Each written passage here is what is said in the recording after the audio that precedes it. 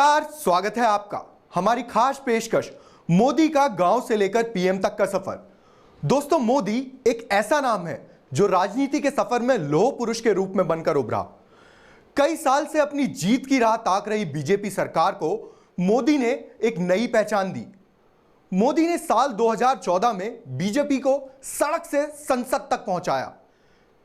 मोदी के जीवन का गांव से लेकर पीएम तक का सफर देखिए हमारी इस खास पेशकश में।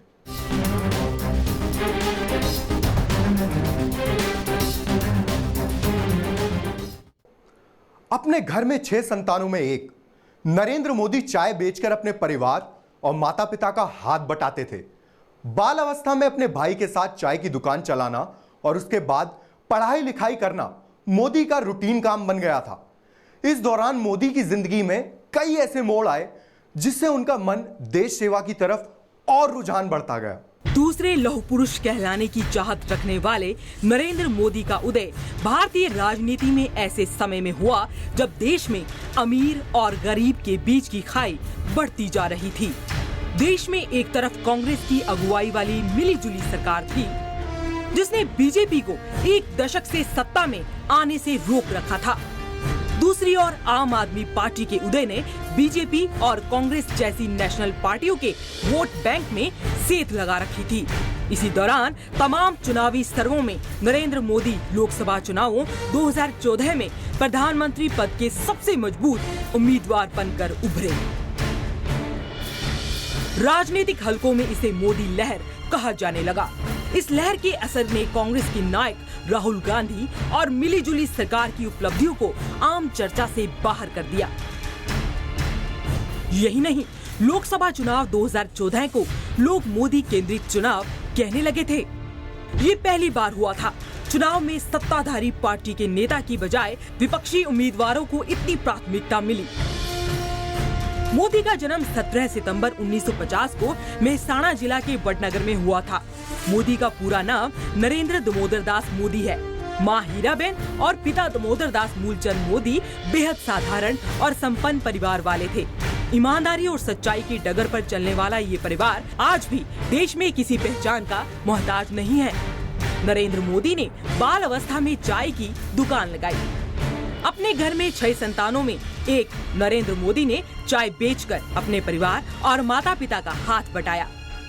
बाल अवस्था में अपने भाई के साथ चाय की दुकान चलाना और उसके बाद पढ़ाई लिखाई करना मोदी का रूटीन काम बन गया था। इस दौरान मोदी की जिंदगी में ऐसे कई मोड़ आए जिससे उनका मन देश की सेवा की ओर रुख कर गया। मोदी गुजरात विश्वविद्यालय से राजनीति विज्ञान में स्नातकोत्तर हैं।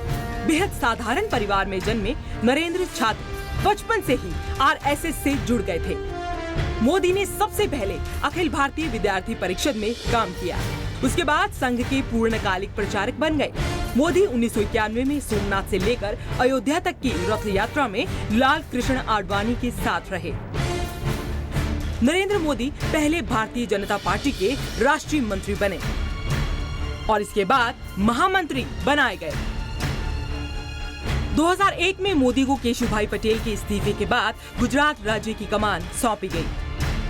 हालांकि उनका कार्यकाल और कार्यप्रणाली काफी विवादास्पद रहा।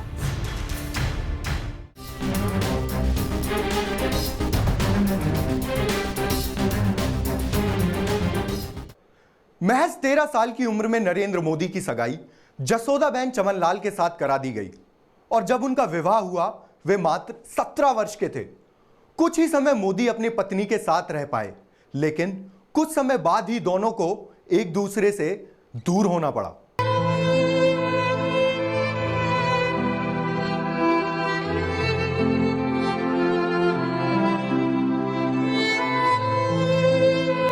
साल की उम्र में नरेंद्र मोदी की सगाई जसोदाबेन चमनलाल के साथ कर दी गई और जब उनका विवाह हुआ वो मात्र 17 वर्ष के थे। कुछ ही वक्त मोदी ने अपनी पत्नी के साथ रहकर बिताया, लेकिन कुछ समय बाद ही दोनों एक दूसरे के लिए अजनबी हो गए। शादी के बाद मोदी की जिंदगी में कई ऐसे उतार चढ़ाव आए जो उनके लिए बुराई के साथ साथ उनकी पहचान बनते चले गए। शादी होने के बाद भी मोदी ने अभी तक का पूरा जीवन अपनी पत्नी से दूर रहकर गुजारा। हालांकि लोकसभा चुनावों के दौरान मोदी का ये मुद्दा विपक्षों के लिए पहलू भी बनता गया, जिस पर विपक्षों ने जमकर सियासत की। लेकिन मोदी के एक तर्क ने पूरी राजनीति को खामोश कर दिया। पिछले 4 विधानसभा चुनावों में अपनी वैवाहिक स्थिति पर खामोश रहने के बाद नरेंद्र मोदी ने कहा कि अविवाहित रहने की जानकारी देकर उन्होंने कोई पाप नहीं किया है। मोदी के मुताबिक एक शादीशुदा के मुकाबले अविवाहित युवक भ्रष्टाचार के खिलाफ जोरदार तरीके से लड़ सकता है, क्योंकि उसे अपनी पत्नी, परिवार और बाल बच्चों की कोई चिंता नहीं होती। हालांकि नरेंद्र मोदी ने शपथ पत्र प्रस्तुत कर जसोदाबेन को अपनी पत्नी स्वीकार जरूर किया है।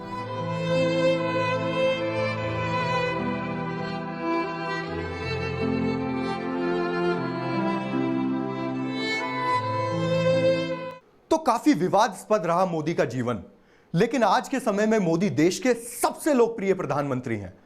छोटा सा ब्रेक, जल्द लौटते हैं मोदी के कुछ और पहलुओं के साथ।